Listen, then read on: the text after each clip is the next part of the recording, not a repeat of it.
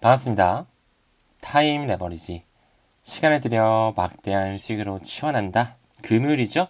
또 오늘 하루만 지나면 주말이 우리를 기다리고 있으니까요. 좋은 하루 만드셨으면 좋겠습니다. 또 오늘 굉장히 특별한 날이거든요.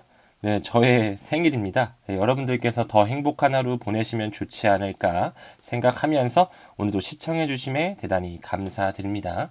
천천히 시작해볼까요? 한 블로그 문서를 좀 가지고 왔거든요. 이 모잘루프라는 하나의 재단 이름이 좀 나오면서 금융, 상호 운용성의 미래라는 하나의 글이 좀 나오고 있습니다. 여기 밑에는 빌 게이츠의 모습이 좀 보이고 있죠? 빌 게이츠의 이 재단이 리플과 함께 파트너십을 맺으면서 자선 사업을 진행하고 있다는 이런 내용이겠죠? 어떤 부분인지 살짝 살펴보고 갈까요? 이 글로벌 빈곤이라고 하면서 2017년의 보고서에 따르면 전 세계적으로 17억 명이 넘는 인구, 많은 사람들이 은행 서비스를 이용하지 못하고 있다. 금융에 대한 빈곤을 겪고 있다는 거죠. 이는 해당 금융기관에 등록되어 있지 않음을 의미하고 많은 기술 발전에도 불구하고 아직까지도 중국은 은행 계좌를 이용하지 못하는 성인의 비율이 가장 높은 국가 1위를 차지하고 있었고 그 외에도 인도라든지 인도네시아, 파키스탄 같은 이런 이머징 국가, 개발도상국들은 아직까지도 금융기관에 등록되지 않은 사람들이 정말 많다라는 것. 이뿐만 아니라 세계에서 가장 빈곤율이 높은 아프리카 역시도 금융에 대한 포용성을 아직까지는 맛보지 못하고 있죠. 밑으로 살짝 내려갔을 때 세상을 바꾸는 사람들이라고 하면서 2017년서부터 이 빌 게이츠, 빌샘 멜린다 게이츠는 리플사와 이 코일 재단과 손을 잡으면서 이 하나를 의미하는 스와힐리어, 바로 이 모자에서 유래된 모잘루프 재단을 만들었거든요. 그 뒷배로는 빌샘 멜린다 게이츠뿐만 아니라 석유의 황제 록펠러 재단까지 뒷배를 하고 있다라고 제가 말씀을 드렸죠. 그리고 이 리플뿐만 아니라 코일도 지금 보이고 있는데 코일 같은 경우는 공식 홈페이지에 들어갔을 때 코일은 작별을 구하지만 작별이 아니다라고 하면서 여기 보시죠? 이 스테판 토마스라는 코일 창립자가 인터레저 재단으로 들어가면서 리플과 함께 사업을 영위하고 있다는 거. 이 인터레저 프로토콜의 개념은 리플로부터 시작된 거 잘 알고 계시죠? 그렇기 때문에 결론 짓자면 이 빌샘 멜린다 게이츠 재단과 록펠러 재단이 모잘루프를 통해서 금융의 상호 운용성, 그 금융의 빈곤층들을 달래기 위해서 포용하기 위해서 리플과 손을 잡았구나를 알 수 있습니다. 그 리플사의 인터레저 프로토콜과 분산 원장 기술을 통해서 이 아프리카 대륙의 금융을 아직까지 사용 못한 사람들에게 도움을 줄 수 있는 솔루션을 제공하겠죠. 바로 리플 페이먼트로 제공하게 될 것입니다. 리플의 공식 홈페이지 인사이트 자료, 최근에 나온 따끈따끈한 자료죠. 이 암호화폐 그리고 이 모바일 결제를 통해서 아프리카의 금융 포용을 확대하기 위해서 리플이 계속적으로 사업을 영위하고 파트너십을 확장하고 있다라고 말씀드릴 수 있겠죠. 키포인트만 좀 짚고 넘어가 볼까요? 전 세계 인력들이 원격 또는 하이브리드 우선 모델을 계속됨에 따라서 이 아프리카 암호화폐 결제를 통해서 경제를 활성화할 수 있는 기반을 다지며 가능성을 열어주고 있다. 이제 선진국이라고 불리우는 G7 국가에서 인구의 감소 문제 그리고 고령화가 심화되다 보니까 노동력이 많은 그런 내수 시장이 탄탄한 국가로 자금이 쏠릴 수밖에 없는 시기가 다가오고 있습니다. 그 부분의 일환으로 이 아프리카의 노동력은 세계로 진출하면서 수백만 달러를 빈곤에서 구제하고 원격 작업자가 이 모바일 장치의 디지털 지갑을 통해서 암호화폐로 효율적으로 급여를 받을 수 있게끔 인프라가 구축되고 있다. 바로 이 또한 리플 페이먼트로 가능해진다라는 것이겠죠. 이와 같은 사례들로 이 전통적인 은행 제공업체와 비은행 기관 모두에서 이 미개척 인구들에게까지 아직까지 금융을 맛보지 못한 그 소외 계층에게까지 대규모로 서비스를 제공할 수 있는 페이먼트 솔루션을 구현하고 있고요. 이 아프리카 개발도상국 전역에서 은행 서비스를 이용할 수 없는 인구를 위해서 금융 서비스에 대한 접근성을 확대할 것이다. 즉 다시 말해 리플의 생태계, 리플의 그 솔루션을 통해서 전 세계를 아우르는 새로운 금융 솔루션을 구현하기 위해서 힘쓰고 있다. 그 뒷배로는 이미 빌 게이츠의 재단, 더 나아가 록펠러 재단이 모잘루프를 통해서 자금을 후원하고 있다라고 결론 들을 수 있겠죠? 지긋지긋한 소송으로 누르고는 있지만 그 빌앤 멜린다 게이츠와 록펠러 재단이 왜 리플사에 직접적으로 투자했는지, 그뿐만 아니라 디지털 커런시 그룹을 필두로 한 그 유대자본의 돈들이 왜 초기부터 리플에 들어왔는지, 파급 효과가 너무 세기 때문에 대중들은 몰라야 되기 때문에 오히려 이 SEC로 누르는 이 시기의 저울질이 길어졌지 않았을까, 오히려 반대로 좀 해석을 드리고 싶네요. 그 부분에 있어서 이런 기사까지 당연히 나와야 되겠죠. 이 빌 게이츠의 재단은 과거부터 모바일 결제 푸시를 위해서 하나의 새로운 금융 솔루션을 위해서 리플의 인터레저 프로토콜 기술을 사용하고 있었다라는 거, 이제 코일 재단 또한 이 인터레저 프로토콜로 들어오면서 합병을 시키면서 리플 페이먼트 하나의 솔루션으로 전 세계 인구가 모두 금융 생태계 신금융을 맛볼 수 있게끔 상호 운용성, 금융의 포용성을 가져가기 위해서 노력하고 있다라는 거. 2017년에 이런 기사가 뿜어져 나왔다라는 것은 이미 그들은 과거부터 미래를 설계하고 계속적으로 이 파이프라인 을 확장해 왔다. 하지만 대중들은 모르게 미디어를 통해서 증권이다, 사기다, 스테이블코인이라서 못 오른다, 이런 말도 안 되는 소리로 포장시키고 있죠. 우리는 속내를 파헤치면서 가치 투자를 하고 있는 선구자라는 것을 반드시 인지해 주셨으면 좋겠습니다. 그 부분의 일환으로 이 모잘루프 재단의 공식 홈페이지에 들어와도 최근 5월 1일에 나왔던 그런 아티클이죠. 이 금융 포용 웹 세미나 시리즈를 출시했을 뿐만 아니라 이 실시간 결제에 대한 코어 탄생, 이 허브 운영자 지원, 그리고 참여 유도를 위해서 이 모잘루프 재단은 과거부터 빌앤 멜린다 게이츠 그리고 록펠러 재단의 지원을 받으면서 이 리플과 드왈라를 포함한 기타 업계들의 리더와 합류하면서 이 모잘루프를 디자인했다. 이 드월라라는 곳은 역시나 또 그들과 연결줄을 가지고 있습니다. 여기 클리어링하우스 보이시죠? 미국의 청산소가 소유하고 있는 실시간 결제 네트워크를 활용하는 이 미국 전용 핀테크 회사라는 것을 미루어 보았을 때 이 미국의 청산소 클리어링하우스 산하에 있는 이 드월라 역시 ISO 2002 리플 네트워크를 탑재할 수밖에 없겠구나를 알 수가 있겠죠. 최근에 이 미국 청산소에서도 ISO 2002 이 메시징 표준이 완전히 마이그레이션이 완료가 됐죠. 여기 보이시는 것처럼 이 칩스는 이 클리어링하우스 인터뱅크 페이먼트 시스템으로서 이제 ISO 2002 메시징 형식으로 완전히 마이그레이션이 됐다라는 부분, 이제 슬슬 해당 메시징 표준으로 이 재무 분야에서의 완전한 큰 변화가 도래하고 있음을 시사하는 것이겠죠. 혹시라도 이 클리어링 하우스 미국의 청산소가 무슨 일하는 곳인지 모르시는 분들이 있으니까 잠깐만 좀 잡아드릴게요. 이 거래가 일어나는 부분에 있어서 뭐 파생 상품이라거나 주식이나 뭐 채권 등등의 그런 거래가 일어날 때 이 매도자와 매입자 간의 안전고리 역할을 해주는, 안심하고 거래할 수 있게 해주는 하나의 중간다리 역할이라고 봐주시면 됩니다. 이 계약 이행의 책임을 짐으로써 이 거래에 있어서 이행을 보증하는 역할을 하는 게 바로 이 미국의 청산소. 이의 역사는 굉장히 오래됐고요. 미국의 모든 금권 세력을 모두 포용하고 있다는 것에 초점을 맞출 필요가 있습니다. 그 청산소에서 최근에 이 ISO 2002 메시징 표준으로 완전한 마이그레이션이 이룩했다. 이제 슬슬 미국의 금권 세력들, 그와 연관되어 있는 그 자금이체 기업, 송금 회사들이 슬슬 리플 네트워크를 쓸 준비가 완료됐다라고 병렬적으로 볼 수 있으셔야 됩니다. 이 기사를 잠깐 좀 읽어갈까요? 이 달러 역시도 디지털화가 되기 위해서 조금씩 진화하고 있다라는 거. 이 칩스라는 클리어링하우스 인터뱅크 페이먼트 시스템 네트워크에 이 새로운 메시징 표준이 들어가면서 이를 수용하면서 그들은 비밀스럽게 약어와 독점 프로토콜로 가득 차 있던 이 글로벌 금융의 장치가 조용한 혁명을 가져오고 있다라는 거. 올해 4월 달에 이 ISO 2002가 탑재가 되면서 세계 최대 거래의 민감 부분에 고가치 청산 및 결제 시스템인 이 칩스에 새로운 메시징 표준이 들어갔다? 엄청난 큰 전환점이 됐다라고 말씀드릴 수 있고요.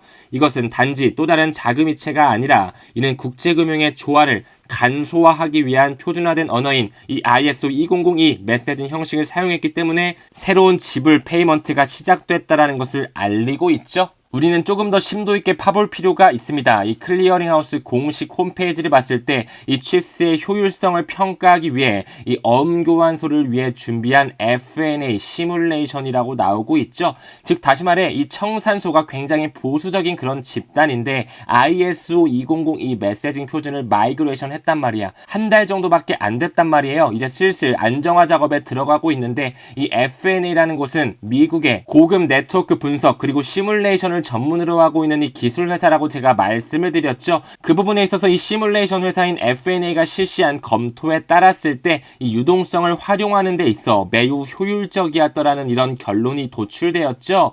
이 부분에서 그 평가 연구 PDF 자료를 다운받아 가지고 정말 어떤 유동성 솔루션을 그들이 보여줬기에 이 클리어링 하우스에서 매우 효율적이라고 결론을 도출했는지, 이 FNA의 공식 문서에서 과연 어떤 유동성 최적화 솔루션을 제시하고 있는지 확인할 필요가 있겠죠. 여기서 유동성 최적화, 이 리플사의 인터레저 프로토콜로 모든 것이 연결될 뿐만 아니라 노스트로와 보스트로 계좌, 이 예치금 계좌를 완전히 없앨 수 있기 때문에 리플을 활용하면서 굉장히 빠른 송금이 일어날 수 있기 때문에 그 네트워크의 볼륨과 가치가 굉장히 큰 이득을 보이면서 효율이 극대화됐다라는 것이 나오고 있죠. 이제 슬슬 미국의 청산소가 움직이기 시작했다. 그리고 내년 3월 10일을 기점으로 아예 미국 페드에서 이 ISO 2002 메시징 표준을 탑재한다라고 말씀을 드렸습니다. 반드시 내년까지는 XRP의 수량에 집중할 필요가 있다라는 거 다시 한번 좀 강조드리고 싶습니다. 제가 XRP를 투자하는 부분에 반드시 내년 연말까지는 가져가자 그랬죠. 미국 연준에서는 내년 3월에 수용을 하지만 스위프트 전체에 걸친 그 메시징 표준의 공조는 내년 11월로 예정이 되었다고 말씀을 드렸습니다. 물론 우리가 리플을 투자하는 부분에 수익화해가지고 이익 실현하는 것도 너무나 중요하지만 1만 개 정도, 2만 개 정도는 좀 더 중장기적으로 가져가자라고 제가 말씀을 드렸습니다.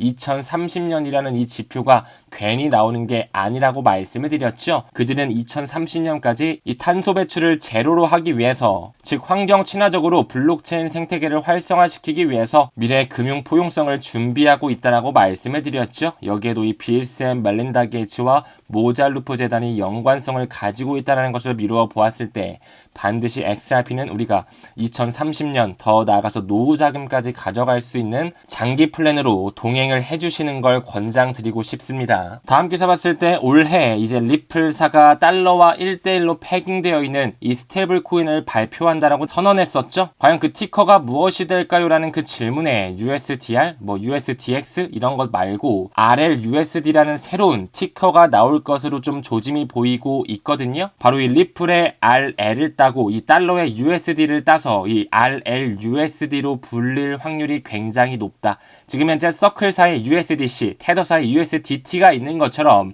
리플사의 RLUSD가 나올 확률이 높다라고 볼 수가 있는 거겠죠? 올해 하반기 시점에 이 리플랩스에서 실질적으로 발행하는 스테이블 코인 굉장히 좀 기대가 되고요. 이제 시간이 지날수록 CBDC의 세상, 스테이블 코인의 세상, 암호화폐가 가치의 이동을 구현하면서 완전한 디지털 세상이 우리를 기다리고 있습니다. 다음 기사 봤을 때 한 분석가가 비트코인의 다음 국지적 바닥이 약 80K라고 이야기를 하면서 지금 조금 바닥을 다지고 있는 모습을 여러 차례 보여주고 있었죠. 조정 접점 상승, 매우 바람직한 조정이다. 즉 기간 조정에 전혀 쫄 필요가 없다라고 말씀을 드렸습니다. 다음 기사 봤을 때 미국의 SEC 그리고 나스닥에서 이 거래소에 이더리움 현물 ETF 상장에 대한 신청서 수정을 요청했다라는 부분, 최근에 SEC뿐만 아니라 이 나스닥에서도 수정을 요청했다. 이제 슬슬 승인이 될 수 있는 그 박차를 가하고 있다라고 말씀드릴 수 있겠죠. 그러다 보니까 점점 이더리움 쪽으로 시선이 쏠리고 있습니다. 이 위즈덤 트리 역시 영국의 런던 증권거래소에 비트코인뿐만 아니라 이더리움에 대한 이 상장지수 상품이죠. 익스체인지 트레이드 프로덕트를 상장 승인하면서 슬슬 제도권 수용에 대한 가시화가 이제 눈앞에 있다라는 것을 볼 수가 있습니다. 그렇다 보니까 이제 슬슬 이더리움 쪽으로 그 기관 투자자들이 눈독을 더욱더 들이고 있죠. 유입이 거래소로 급증하면서 변동성 증가가 예상되고 있고요. 한 번 더 나가서 이더리움의 선물 ETF 또한 사상 최대 거래량을 기록하면서 그 마켓 메이커들이 들어와서 이제 돈을 더욱더 만들어낼 준비를 하고 있습니다. 최근에 SEC가 이 19-B-4 수정 요청을 했지만 이것만으로 ETF 출시가 되기에는 아직 하나의 단계가 더 남아 있습니다. 정말 필요한 건 이 S1이라는 단계를 반드시 거쳐야지만 비트코인 ETF도 이 S1 단계를 그대로 거쳤었죠. 그렇기 때문에 약간의 시기가 조금 더 뒤로 밀릴 수 있는 가능성이 있다라는 그런 옵션상을 열어두셔야 됩니다. 최근에 이더리움의 ETF 기대감으로 급등한 건 맞지만 아직까지 그 S1에 대한 완전한 승인 절차가 없기 때문에 이 상당한 조정이 한번 올 수 있다라는 이 포텐셜에 대해서도 생각을 해볼 필요가 있겠죠. 여러분들은 올해 연말 그 슈퍼사이클의 이더리움이 어디까지 갈 것이라고 좀 보시나요? 한 업체에서는 6월 말까지 이더리움 가격 5,000달러까지 도달 가능성이 20% 있다라고 이야기를 하고 있네요. 5,000달러면 우리나라 돈으로 얼마죠? 약 650만 원 정도 되는 돈이잖아요. 600만 원대 중후반대 되는 돈인데 저는 올해 연말에 이더리움 최소 1,500에서 2,000만 원대까지는 가지 않을까 조심스럽게 좀 개인적인 생각을 공유드려 봅니다. 이 시점에서 우리가 집중해야 되는 것, 이더리움 현물 ETF 언제 승인 날 건데, 리플과 SEC 소송 언제 끝날 건지 이 시기에 집중할 것이 아니라 지금 계속적으로 이 시장 파이가 점점 커지고 있다는 것에 포커스를 맞출 필요가 있다라고 말씀드렸죠. 이 USDT를 찍어내는 테더가 이 10억 달러 USDT를 추가 발행하면서 이 암호화폐 돈이 점점 더 들어올 수 있는 그 자금줄이 연결되고 있다는 것을 말씀드릴 수 있습니다. 이 암호화폐 시장 자체 파이가 더 커질 수밖에 없는 이 상승이 지지된다라는 부분에 조금 더 시선을 집중해 주시면 좋을 것 같아요. 비트코인이 계속적으로 지금 조금은 재미없는 장세, 바닥을 다지는 모습을 보이고 있지만 스테이블 코인 쪽으로 돈의 유입이 들어오면서 청신호가 보여지면서 공급량 상승세가 지속된다? 그 말은 즉슨 이 자본의 유입이 지속된다라는 것을 시사하고 있다라는 것, 반드시 이 부분에 집중하시면서 우리는 정말 좋은 시장에 지금 현재 들어와 있고요. 굉장히 중요한 시점을 앞두고 지금 너무나 모으기 좋은 시점을 지나가고 있다라는 거, 반드시 한치 앞을 조금 더 바라보시길 바라겠습니다. 제가 항상 말씀드렸죠. 이 크립토 머니에는 플로우 사이클이 있다라고요. 이 스테이블 코인으로 돈이 들어오게 되면 비트코인 쪽으로 돈이 쏠리게 되고요. 그 다음엔 알트코인, 라지캡, 그 다음에 미들캡, 더 나아가 마지막에는 밈코인 섹터, 로우캡까지 자금이 순환하면서 이 순환매 사이클이 존재한다라는 거, 지금 현재 스테이블 코인 쪽으로 돈이 들어온다라는 것은 머지않은 시점 이더리움을 필두로 한 알트코인 쪽으로의 그 포모의 시기가 우리를 기다리고 있다라는 거 상기해 주시면 좋을 것 같아요. 스테이블 코인뿐만 아니라 이 자산 운용사가 운용하고 있는 ETF 역시 일주일째 순유입을 계속적으로 기록하면서 블랙록에만 약 3억 달러가 유입됐다라는 그런 기사들이 뿌려지고 있죠. 뿐만 아니라 이제 슬슬 미국의 대통령 선거를 준비하고 자금을 모금받고 있다. 트럼프는 암호화폐로도 받고 있다. 이제 슬슬 바이든 또한 입장, 그 스탠스를 180도 바꿀 것입니다. 그 바이든 행정부에서 이제 공문 내려오는 것 자체가 이 디지털 에셋에 대해서 조금 더 받아들일 수 있는 스탠스를 취하면서 이 포괄적인 디지털 자산 규제 프레임워크에 조금 더 그들이 협력할 수 있는 실행을 명령했다라는 거, 이제 점점 제도권 수용에 대한 박차가 더 가속도를 붙어갈 예정입니다. 이 골드만삭스의 CEO 데이비드 솔로몬이 나왔네요. 뭐라 그러고 있죠? 이 올해 연준의 금리 인하가 없을 수도 있다라고 이 대중들에게 역시나 다시 한번 겁을 주고 있고요. 그뿐만 아니라 이 골드만삭스에서 또 이런 얘기도 하죠. 이 달러의 강세가 지속될 수 있다라고 하면서 연준보다는 다른 중앙은행들에서 먼저 금리 인하가 나올 수 있다라고 좀 이야기를 하고 있는데요. 그가 이야기한 것처럼 이 금리 인하에 대한 시기가 점점 늦춰질 것으로는 보이지만 이 달러의 역사가 점점 마무리되는 가운데 이제 마지막 단물 빼기를 하고 있는 것뿐 반드시 달러의 패권은 무너질 수밖에 없습니다. 그 미국의 4위 은행이라고 불리는 시티의 수석 이코노미스트가 미국 경제에 대한 붕괴를 경고하고 있죠. 한쪽에서는 미국의 달러가 강세다. 한쪽에서는 이 달러의 헤게모니가 깨지면서 경제 붕괴가 나올 수 있다. 대중들을 기만하는 듯한 기사를 뿌려대지만 우리는 그들의 움직임을 파헤치면서 그들의 의도와 함께 투자 전략을 세울 필요가 있습니다. 아직까지는 경제 붕괴 오려면 조금의 시기가 남았다라는 거, 올해 연말까지는 계속 축적을 통해서 그 슈퍼 사이클까지 어느 정도 좋은 수익률로 이익 실현을 할 기회가 있다라고 말씀을 드렸습니다. 리플 대 SEC의 소송 또한 반드시 이더리움의 ETF처럼 그 전투의 끝을 마주하면서 그 포모의 시기가 완전히 도래할 수 있는 그 순간 또한 우리에게 다가올 것입니다. 너무 지쳐하지 마시고요. 천천히 수량에 집중하시길 권장드리겠습니다. 금일도 시청 대단히 감사드리고요. 좋은 하루 보내시길 바라겠습니다. 우리는 모든 면에서 점점 더 좋아지고 있습니다. 감사합니다. 성투합시다.